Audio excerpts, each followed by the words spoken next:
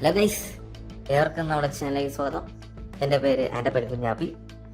അപ്പോൾ ഗൈസ്, ഞാനിന്ന് Portugal fans, Ronaldo fans നിങ്ങളുടെ അടുത്ത് ഒന്നും തർക്കിക്കാനോ അടികൂടാനോ ഒന്നും ഞാൻ നിങ്ങൾക്ക് വരുന്നില്ല. എന്തായിരുന്നാലും ഇന്നലത്തെ കളി ഞാൻ കണ്ടു. ഉടനീളം ഞാൻ ഓൾറെഡി പറയാം, എനിക്ക് റെസ്പെക്ട് CR7. ഇന്നലത്തെ കളി എന്ന് വെച്ച് കഴിഞ്ഞാൽ വളരെ മികച്ച രീതിയിൽ തന്നെയാണ് പോർച്ചുഗലും സ്പെയിനും കളിച്ചത്. പക്ഷേ പോർച്ചുഗൽ പൊട്ടണം എങ്ങനെയെങ്കിലും പൊട്ടണം എന്ന് ഞാൻ ഇങ്ങനെ പ്രാർത്ഥിച്ചിരുന്നു. ലാസ്റ്റ് എന്ന് പറയും പോർച്ചുഗൽ പൊട്ടി. പക്ഷേ പോർച്ചുഗൽ പൊട്ടി ലാസ്റ്റ് ക്രിസ്ത്യാനോ റൊണാൾഡോ ഒരു നിസ്സഹായനായിട്ട് ഇങ്ങനെ നടന്നു പറഞ്ഞൊരു രംഗമുണ്ടല്ലോ.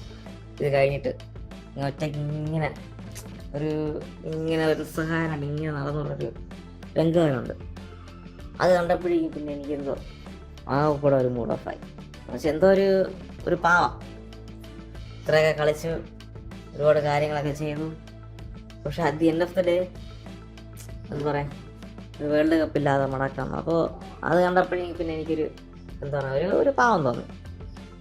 പക്ഷേ അത് respect the legends. Okay, CR7, Messi, Neymar, ഇങ്ങനെയുള്ള എല്ലാവരും എന്ന് പറഞ്ഞു കഴിഞ്ഞാൽ നമ്മുടെ കൂടെ അത്രയും എന്താ പറയുക, ഇവരൊക്കെ ലെജൻസാണ്.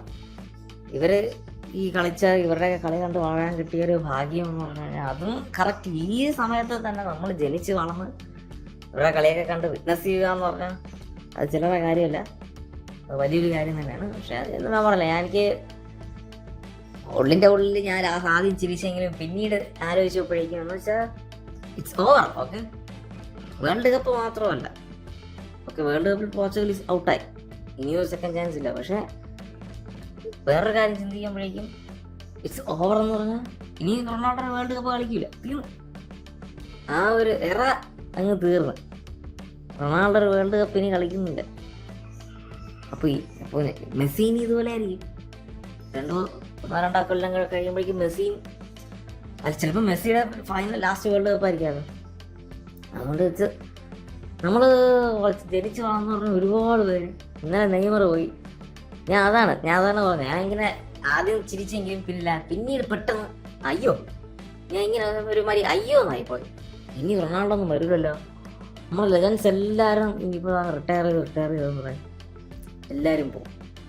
അപ്പം അങ്ങനെ ഞാൻ പെട്ടെന്ന് ആലോചിച്ചപ്പോഴേക്കും എനിക്ക് എന്താ പറയുക, അയ്യോ അത് ഇനി ഇവരാരും ഇല്ലല്ലോ എന്നുള്ളത് വെച്ച് നോക്കുമ്പോഴേക്കും എനിക്കൊരു പാവം തോന്നി. റൊണാൾഡോ എന്താ പറയുക, നല്ലൊരു പാവം ഇന്നലെ കണ്ടപ്പോൾ പാവം തോന്നി. അതുകൊണ്ട് ഞാൻ മെസ്സി അർജന്റീന ബാഴ്സ ആരാധകനാണ്. പക്ഷെ ഞാൻ പറയാം, ഐ ട്രൂലി റെസ്പെക്ട് എന്താ പറയുക CR7.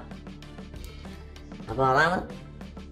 പക്ഷെ എന്താ പറയുക, എനിക്കൊന്നൊരു ഇന്നലെ കണ്ടപ്പോഴേക്കും പോർച്ചുഗൽ നേരത്തെ ഒന്നാമതെ പോർച്ചുഗലിനെ കളി എന്ന് പറഞ്ഞാൽ വളരെ എന്ന് വെച്ചാൽ ഒരു ഒത്തൊരുമില്ലാത്തൊരു കളിയായിരുന്നു.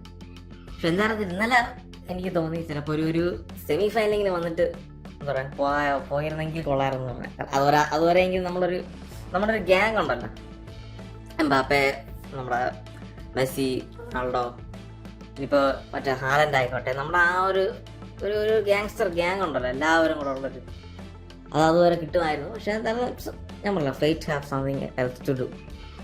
അപ്പോൾ എന്തായിരുന്നാലും ഐ ട്രൂലി റെസ്പെക്ട് CR7. വെറുതെ ഗൈസ്, ഞാൻ ഒന്നും തർക്കിക്കാനോ കാര്യങ്ങളൊന്നുമില്ല. അപ്പോൾ എല്ലാവർക്കും ദിവസം